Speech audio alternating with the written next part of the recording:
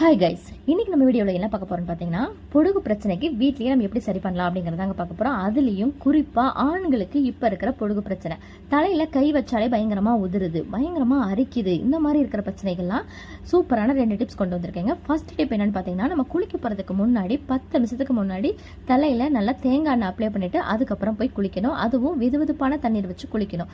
இப்படியே ரெகுலரா பண்ணிட்டு இருந்தாலும் பொடுகு பிரச்சனை கம்ப்ளீட்டா ஸ்டாப் ஆயிரும். அப்படி இல்ல அடுத்த கட்டமா எனக்கு அரிக்குது, ரொம்ப உதிருது அப்படிங்கிறவங்க அடுத்த டிப்புக்கு போகலாம். அவங்க என்ன பண்ணலான்னு பார்த்தீங்கன்னா, நம்ம ஷாம்பு யூஸ் பண்றதை விட்டுட்டு சீவக்காத்தூள், அதுலயும் மூலிகை சீவக்காத்தூள் யூஸ் பண்ணோம்னா பொடுகு பிரச்சனைக்கு நிரந்தரமா தீர்வு காணலாங்க. அதை எப்படின்னு பார்த்தீங்கன்னா, நம்ம வீட்லயே வாங்கி அரைக்கலாம். நாட்டு மருந்து கடைகளில் எல்லா திங்ஸுமே கிடைக்கும். அப்படி நம்ம வாங்கி அரைக்க முடியாதவங்க நம்ம அரைச்சி நாட்டு மருந்து கடையில் விற்பாங்க, மூலிகை சீவக்காத்தூள் விற்பாங்க, அதை வாங்கி நம்ம யூஸ் பண்ணலாம். அப்படியும் இல்லை எனக்கு அதுவும் முடியல, போட முடியல, எனக்கு டைம் இல்லை அப்படிங்கிறவங்க என்ன பண்ணலான்னு பார்த்தீங்கன்னா, நம்ம சாம்பவே என்ன பண்ணலாம், ஒரு மக்கில் தண்ணி பிடிச்சிட்டு அதில் சாம்பை கொஞ்சமாக இது பண்ணி விட்டு நல்லா நம்ம அதிலேயே கலக்கிட்டு அதுக்கப்புறம் தலையில் அப்ளை பண்ணணுங்க. அதாவது டைரெக்டாக சாம்பை பிதுக்கி நம்ம தலையில் அப்ளை பண்ணக்கூடாது. அதுக்கு பதிலாக நம்ம மக்கில் கொஞ்சம் தண்ணி ஊற்றிட்டு அதில் சாம்பை இது பண்ணி நல்லா கலக்கிட்டு அதுக்கப்புறம் அப்ளை பண்ணலாங்க.